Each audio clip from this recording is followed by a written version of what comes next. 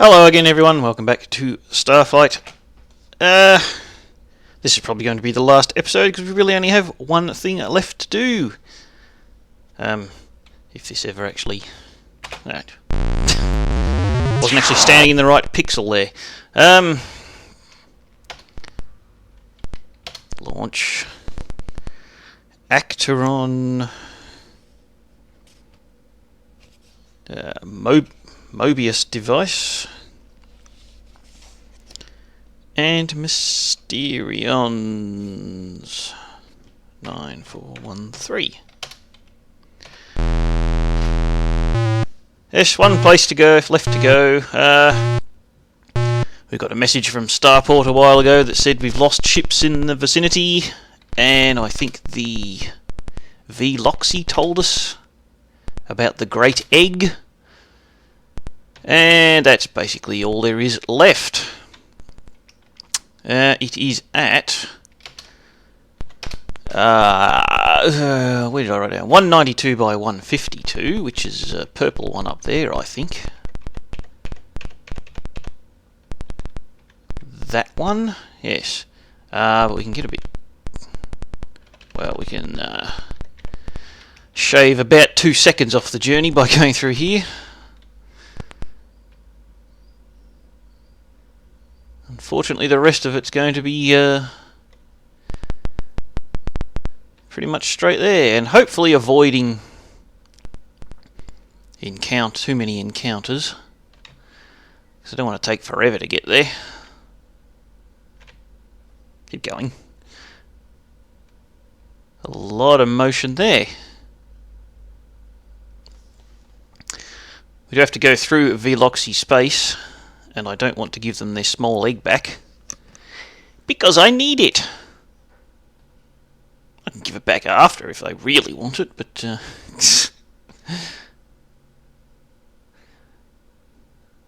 I remember this taking a lot longer to travel distances on the much older, slower computers. Uh-oh. Who are you?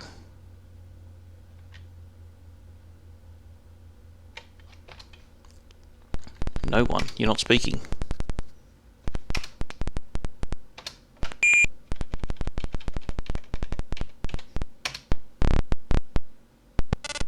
Oh, it's them again. Robbed him 147 times. Class 75. Probably not going to answer.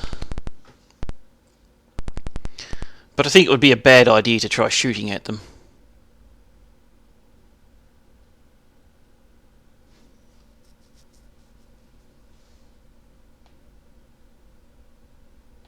You're not going to say anything?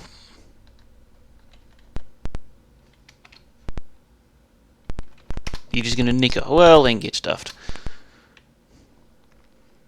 I think I'm... Oh, yeah, there we go. One binary crap. I have never actually tried to translate that. It may or may not mean anything. Perhaps someday our young shall play and romp together in the blissful light of harmony and friendship. They look a bit like those pools full of plastic balls that you find in children's themed restaurants.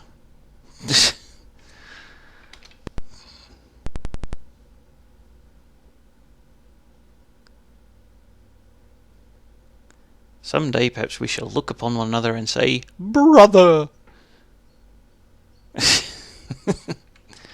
Nothing changes, I mean, this is all you get is...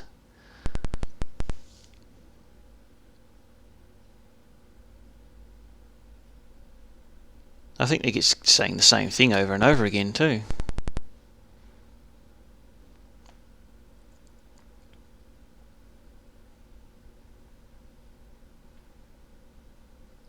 Yeah, it looks to me like it's just being repeated. I know I did mention in a previous episode that I had a theory about who these guys are. I think that theory's dead wrong though, actually. Looking at it a bit closer now. I don't know who they are. Maybe it was planned for a sequel. As far as I can recall, they don't appear in the sequel.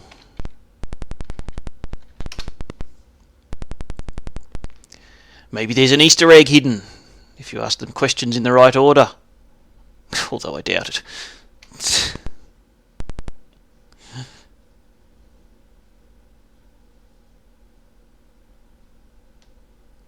Well, this could go on forever, but we have things to do.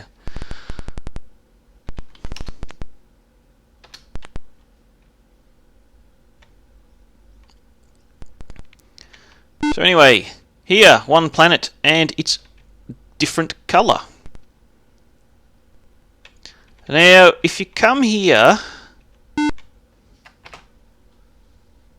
orbit established. If you don't have whichever one of the there's the crystal orb and the crystal cone. One of them lets you get past the defences. If you come here and you don't have it, when you enter orbit here, you basically just start taking damage straight away.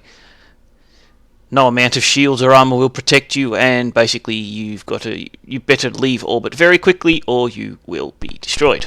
So, that's that. That's if you happen to follow Starport's message about, oh, we lost ships there, do you want to go and investigate? Look at that, lots of Endurium.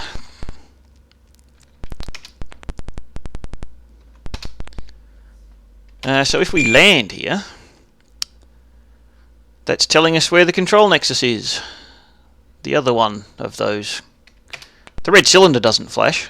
It's a different crystal cone and crystal orb. Actually, I better check to see if I've got it written down, just to make sure I'm in the right place. I don't think I do, actually. Yes, I do. 47 north by 45 east. Given how low res those crosshairs kind of are, it's could be very easy to miss it.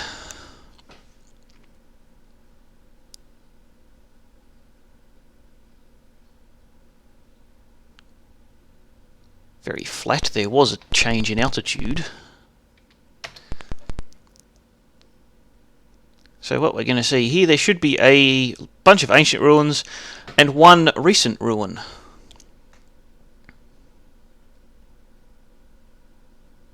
There it is.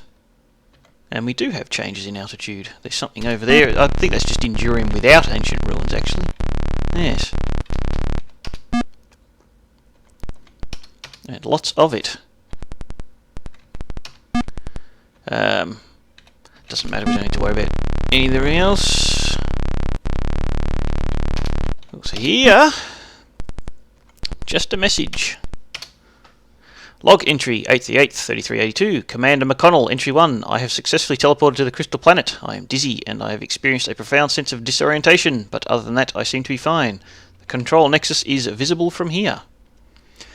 Entry 2. It would seem that the electromagnetic field around the crystal planet is, in fact, blocking communications, since it has been an hour and I have still received no transmission from Crystal Base 1. Entry 2 continued. I am therefore writing in this log as planned, and will attempt to find a safe place for it before the explosion. Entry 3. I have reached the control centre and have set the charges. It appears to be a massive ruin of the ancients. The queer crystalline lumps of Endurium are everywhere here. Entry 4. I have just had an astounding experience. I can hardly believe it, but I seem to have made telepathic contact with the ancients. They are here, on the crystal planet, controlling it. Entry 4 continued. I wish there was some way for me to communicate what I have found. The explosion is set for T-minus 40 minutes. In the event that the crystal planet is not destroyed, I can only hope that this logbook is found by someone. Entry 4 continued. I can hardly believe it. Those weird lumps are actually intelligent life. The ancients are Endurium, and we have spent hundreds of years hunting them to burn for fuel in our ships. Their metabolism is so much slower than ours, they live in an entirely different time framework. I don't think they even know we are sentient. I believe it was only because of a link through the crystal planet that contact was made at all. This crystal planet was their last defense. I can hardly blame them. Carbon-based life must have seemed something like a virus to them. Just the same, I hope the explosion works. It looks like at this point it's us or them. McConnell out. Now there is a twist. There is a twist indeed. But as he said, us or them. The first time I came here, it actually took me ages. I kept moving around, thinking, well, where's this? You know, all these ancient ruins that's supposed to be the control nexus, but it's actually just that ruin.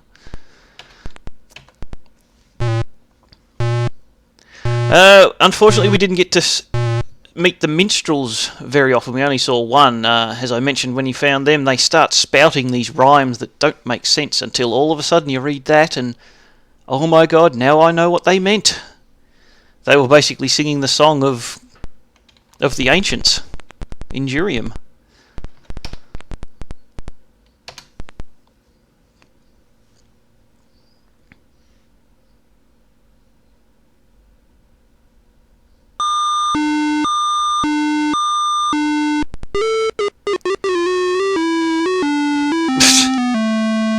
That was a bit wonky.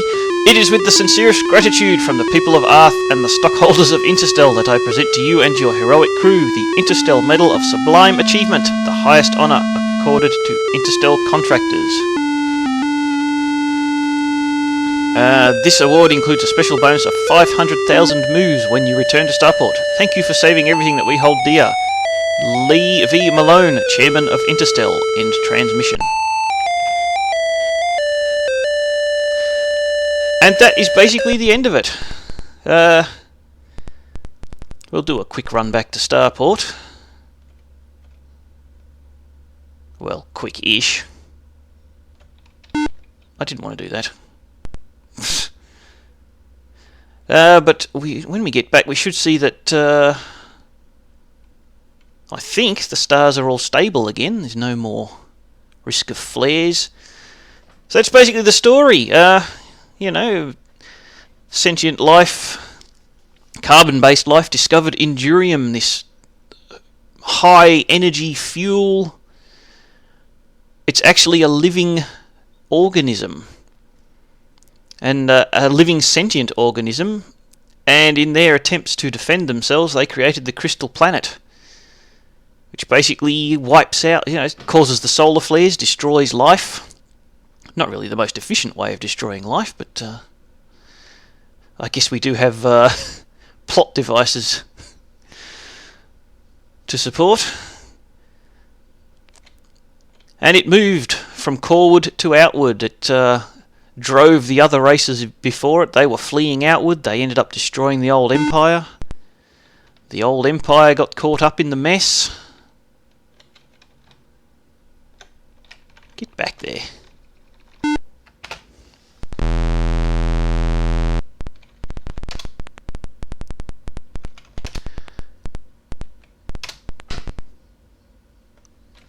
Yeah, that's basically it. Any more notices? Nothing. Well then, there you go. That's the game. I mean, you can keep playing. I forgot to check if the star was indeed stable. I guess I can look at that on playback. But yeah, that's basically the game. That is one. You can keep going, keep exploring all sorts of stuff. Talk to the other races. Unfortunately, the replay value of this game isn't high. It's not procedurally generated. The galaxy, everything's just always in the same place. I did notice some differences.